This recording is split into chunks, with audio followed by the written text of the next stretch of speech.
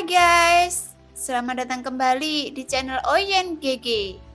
Di video kali ini, kita akan melanjutkan cerita Donghua, Battle Truck The Heaven. Ayo langsung aja ke alurnya. Kongmen malu dan dia diintimidasi oleh anak ini. Saat ini, sosok yang sangat genit. Wanita itu berkata perlahan. Hanya ada beberapa potong tule tipis di tubuhnya. Dan garis-garisnya terlihat jelas. Mungkinkah ini legendanya? Semakin sedikit pakaian, semakin kuat pertahanannya. Ayo nak, kakak selanjutnya akan menemanimu berlatih. Wanita itu memandang Xiaoyan dengan provokatif dan memandang ke atas dan ke bawah Xiaoyan dengan matanya yang menawan. Kecuali semua orang tampaknya terbiasa dengan sosok yang begitu sombong. Jika orang biasa lihat, aku khawatir mata harus keluar dari rongganya. Itu menjulang dan skalanya pas yang membuat orang memikirkannya. Yu-chan, perhatikan kontrolnya. Permaisuri dengan lembut mengelus kelinci Bingyun di lengannya dengan tangan gioknya. Jangan khawatir Permaisuri, anak ini cukup kuat. Aku akan merawatnya dengan baik. Wanita lembut dan cantik bernama Yu-chan memandang Xiaoyan dan ada niat jahat di mata itu. Mari kita beralih ke posisi sebagai saudara senior. Ini terlalu bergolak. Xiaoyan tersenyum kecut dan Yu-chan tertawa seperti lonceng setelah mendengar ini. Mengapa kamu takut? Kakakmu akan memerasmu sampai kering. Yu-chan tersenyum menawan. Bisa dikatakan ada ribuan bunga bermekaran yang membuat orang merasa segar kembali. Itu tidak benar. Aku khawatir kakakku tidak akan mampu menahan siksaanku. Xiaoyan tersenyum. Sebagai seorang pria, salah satu dari dua kepala harus selalu diangkat. Hehehe, nada yang arogan. Kakakmu sangat menyukaimu. Ayolah, aku akan membawamu untuk memperbaiki 2 kali. Yu-chan perlahan mendekati Xiaoyan. Dan permaisuri juga terkikik seperti lonceng perak. Setelah selesai berbicara, Xiaoyan dibawa pergi oleh Yu-chan di bawah tatapan semua orang. Adapun metode kultivasi tidak ada yang tahu. Hanya saja di kejauhan dari pavilion Xiaoyu terdengar suara terengah-engah. Jika layar diperlebar, Anda bisa melihat pemandangan yang sangat indah ini. Suara Xiaoyan keluar dari sana. Dan dia telanjang dengan bagian atas tubuhnya. Jari-jari Yu-chan berjalan di tubuhnya. Xiaoyan sedang berbaring di platform batu datar di samping air terjun. Wajahnya penuh keterkejutan. Kekuatan kakakku tepat. Teknik ini harus diteruskan. Wajah Xiaoyan panas membara dan kisumbernya melonjak. Pada saat ini, kisumbernya sebenarnya meningkat dengan kecepatan yang tidak lambat. Sekarang Xiaoyan telah menembus ke tengah tahap dewa pertarung bintang 7. Dan latar belakang Ki asal 36 juta. Mulai tumbuh secara teratur lagi. Dan kecepatan peningkatan membuat Xiaoyan juga mereka semua sedikit terkejut bahwa dalam waktu singkat latar belakang genesis Ki Xiaoyan meningkat 1 juta lagi. 37 juta. Kakak luar biasa. Jangan khawatir, ini baru permulaan. Saat dia berbicara, Yu-chan tiba-tiba duduk di tubuh Xiaoyan dan jari-jarinya yang kuat menyentuh meridian Xiaoyan berjalan ke hulu. Meskipun ini tampaknya merupakan gerakan yang sangat aneh, itu telah membuat kekuatan Xiaoyan meningkat secara aneh. 38 juta. 39 juta. Kegembiraan di wajah Xiaoyan menjadi semakin intens. Metode kultivasi semacam ini terlalu nyaman. Setelah lama berlalu, Yu-chan bermandikan keringat, kehabisan nafas dan tampak sangat lelah. Dia tertidur sambil berbaring di tubuh Xiaoyan. Dia tidak tahu apakah dia hanya berpura-pura atau benar-benar lelah. Yu-chan berbaring di punggung Xiaoyan. Pakaian basah kuyup membuat Xiaoyan terasa lembut dan hangat. Ketika Xiaoyan menutup matanya, api jahat melonjak situasi seperti ini sangat langka. Untuk jangka waktu yang tidak diketahui, Xiaoyan tidak mengganggu Yuchan yang sedang tidur, tetapi menutup matanya untuk menstabilkan pikirannya dan membiarkan ki asal di tubuhnya stabil. Kamu bajingan kecil, kamu telah melelahkan kakakmu. Yuchan di belakangnya terbangun di beberapa titik dan berbicara dengan genit. Mereka yang tidak tahu percakapan antara keduanya akan benar-benar berpikir bahwa sesuatu pasti terjadi di antara mereka. Apakah kamu sudah istirahat? Bisakah kita melanjutkan? Mata Xiaoyan menunjukkan cahaya yang menyala. Perasaan nyaman dan mampu meningkatkan kekuatannya terlalu luar biasa. Jika kamu menginginkan kecantikan, kamu tahu bagaimana memintanya. Dan aku tidak mengatakan untuk menghadiahi kakakmu. Yuchan sangat genit. Dan di bawah tule yang basah kuyup, dia hanyalah seorang wanita cantik di dunia. Kamu tidak ingin menjual dirimu sendiri? Bagaimana kalau aku menunjukkan bakat pada kakakku? Kata Xiaoyan dengan senyum masam. Dia benar-benar kewalahan saat ini. Perasaan gesekan lembut dan halus di belakangnya membuat Xiaoyan menggigil tanpa sadar. Hah? Kamu sudah selesai sekarang? Aku belum mulai. Yuchan merasakan Xiaoyan gemetaran.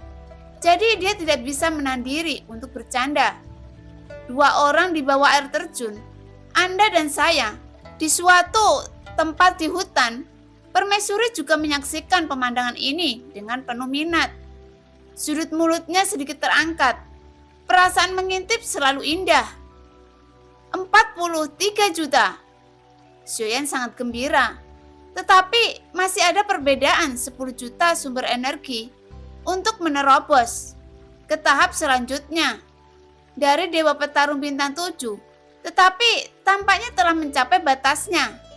Tentu saja, bukan karena Xiaoyan telah mencapai batasnya, tetapi Yuchan telah mencapai batasnya. Kulitnya sedikit pucat dan dia tertidur lagi. Jelas, orang-orang kuat ini diatur oleh permaisuri untuk Xiaoyan dan tujuannya sangat sederhana, yaitu untuk meningkatkan kekuatan Xiaoyan dengan segala cara.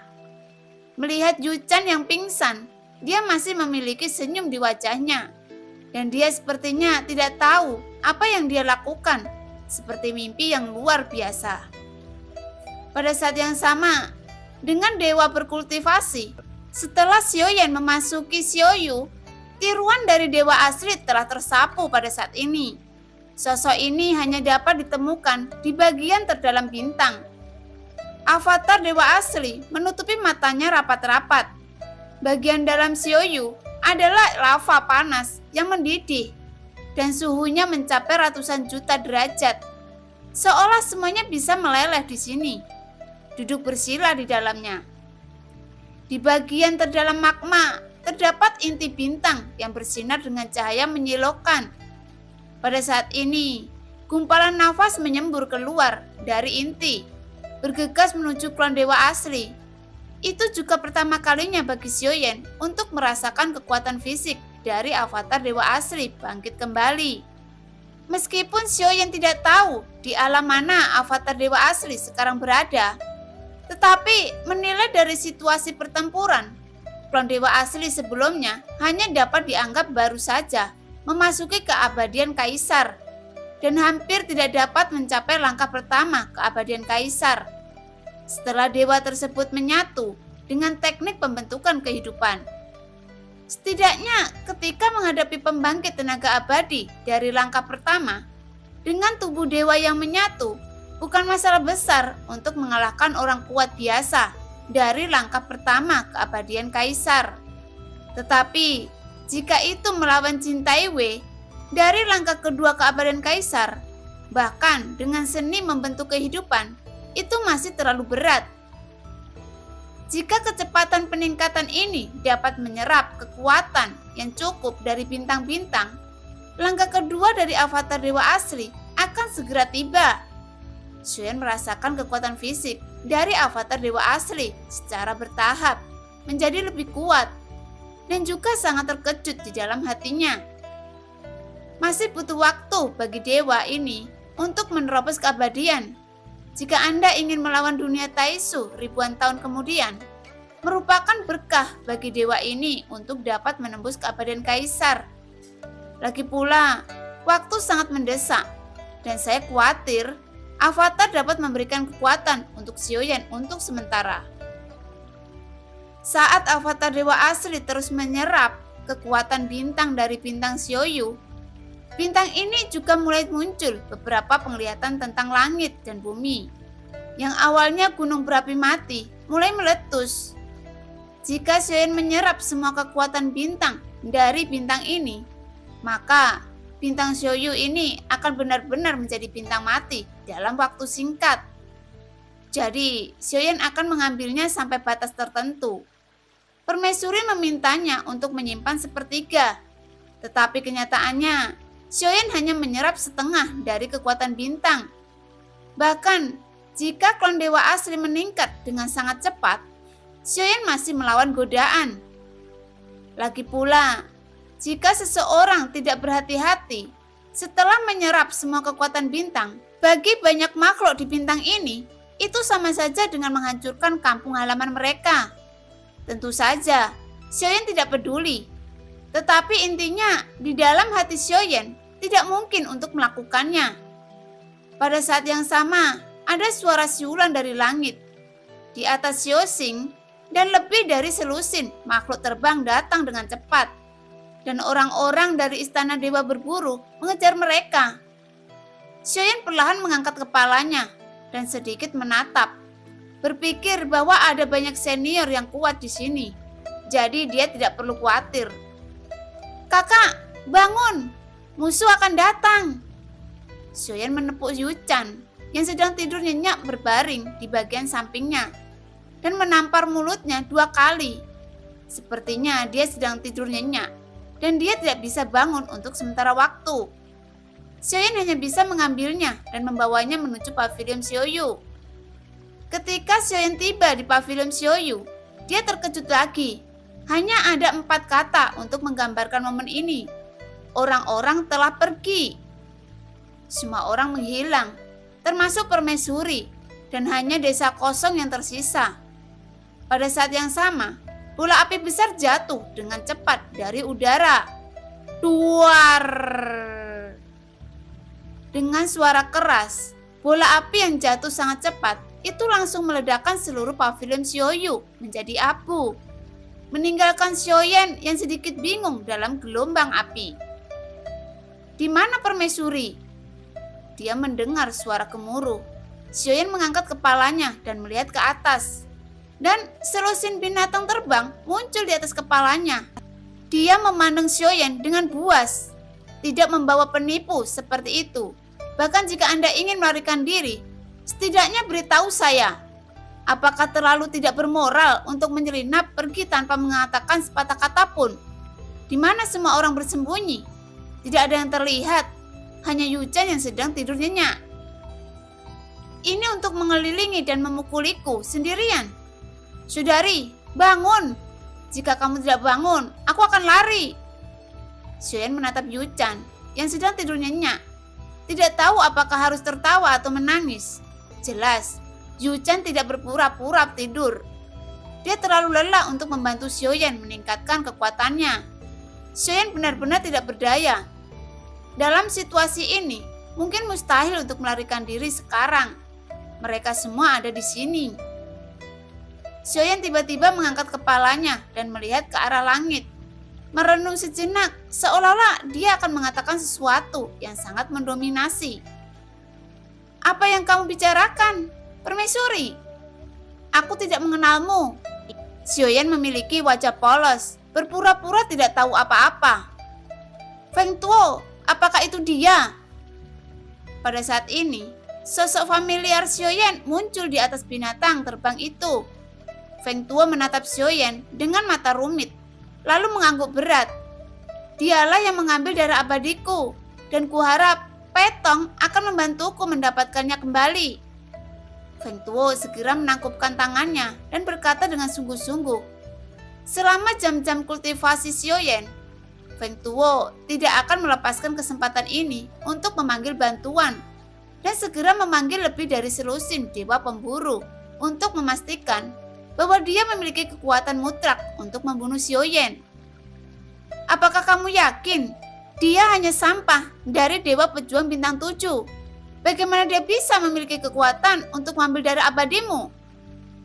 Pria bernama Petong sedikit mengernyit dan menatap Feng Tuo dengan bertanya. Wajahnya penuh kebingungan. Jika Xiaoyan menyembunyikan kekuatannya, dia akan bisa melihatnya sekilas. Tapi jelas, Xiaoyan di depannya hanyalah dewa petarung bintang 7 dan tidak mungkin menyembunyikan kekuatannya. Feng Tuo segera menggelengkan kepalanya dan berkata dengan serius, "Bukan itu masalahnya, ini hanya avatarnya. Tubuh aslinya abadi, sangat ganas. Saudara Petong harus berhati-hati, jangan meremehkannya." Petong sedikit mengernyit. Dia tampaknya tidak terlalu peduli dengan darah abadi Feng Tuo. Tujuan datang ke sini lebih untuk permaisuri. Tampaknya para dewa pemburu dari istana dewa berburu ini benar-benar ingin membunuh permaisuri. Saya akan bertanya lagi, di mana permaisuri? Petong memandang Xiaoyan dan berteriak. Tekanan kuat keabadian datang ke arah Xiaoyan. Tetapi pada saat ini, Xiaoyan tidak bisa merasakan tekanan apapun. Xiaoyan juga terkejut dengan ini dan tiba-tiba menyadari bahwa ini pasti ada hubungannya dengan Yuchan yang sedang tidur nyenyak di pelukannya. Apakah kamu benar-benar ingin menemukan permaisuri? Xiaoyan tidak terus berdebat setelah melihat Feng Tuo. Matanya berangsur-angsur menjadi suram. Katakan padaku, mengapa permaisuri harus menyerahkan darah abadi Feng Tuo? Dan aku bisa mempertimbangkan untuk membuat kematianmu terlihat lebih baik. Petong berbicara dengan arogan dan menatap Xiaoyan dengan acuh tak acuh. Keyakinan adalah hal yang baik, namun kamu tidak percaya diri, tetapi sombong. Ini dapat menyebabkan kamu kehilangan nyawamu. Xiaoyan tersenyum sedikit, lalu meletakkan Yuchan di atas batu datar dan melihat ke tengah udara. Xiaoyan tidak perlu mengkhawatirkan keselamatan Yuchan. Mungkin tidak mudah bagi gadis yang sepertinya tidur nyenyak ini untuk menyakitinya. Ayolah, aku tidak ingin berbicara omong kosong denganmu. Petong mendengus dengan jijik. Terserah kamu. Xiaoyan tersenyum sedikit dan tidak berbicara omong kosong. Dia hanya mendengar ledakan dan tanah di bawah meledak dan sosok tubuh keluar dengan keras. Tinjunya dibungkus dengan kekuatan yang sangat menakutkan dan meledak ke arah Petong. Petong juga langsung terkejut, seolah-olah dia tidak pernah menyangka akan menyerang dari bawahnya. Petong sedikit lengah sesaat. Dia buru-buru mengangkat tangannya untuk membangkitkan kekuatan keabadian. Dan perisai cahaya muncul di depan. Duar! Suara teredam menyebar, dan pada saat berikutnya, perisai cahayanya tiba-tiba mandek di kepalan tangan, dan kemudian hancur berkeping-keping. Pada saat yang sama, pukulan lain dikemas dengan kekuatan yang sangat merusak, dan menyerang Petong lagi. Mata Petong sedikit menyipit, dan dia menginjak binatang terbang itu, yang membuat binatang terbang yang tidak bersalah itu menahan pukulan itu. Duar! Dengan keras, tinju mendarat di binatang terbang itu. Dan pada saat berikutnya, binatang terbang itu meledak dengan keras. Dan potongan daging yang tak terhitung jumlahnya tersebar ke segala arah. Melihat ini, Xiaoyan merasa lebih tidak senang. Binatang terbang ini tampaknya tidak memiliki banyak kecerdasan. Tetapi Petong menggunakan binatang terbangnya sendiri untuk memblokir serangan tersebut, yang membuat Xiaoyan sangat tidak senang. Hahaha, aku tidak menyangka itu abadi. Jika memang begitu, maka itu benar. Aku telah menyiapkan hadiah besar khusus untukmu. Petong memandangi sosok di depannya dengan cipiran di wajahnya. Seolah-olah dia sengaja memancing Xiaoyan keluar. Tiruan Xiaoyan dari dewa asli.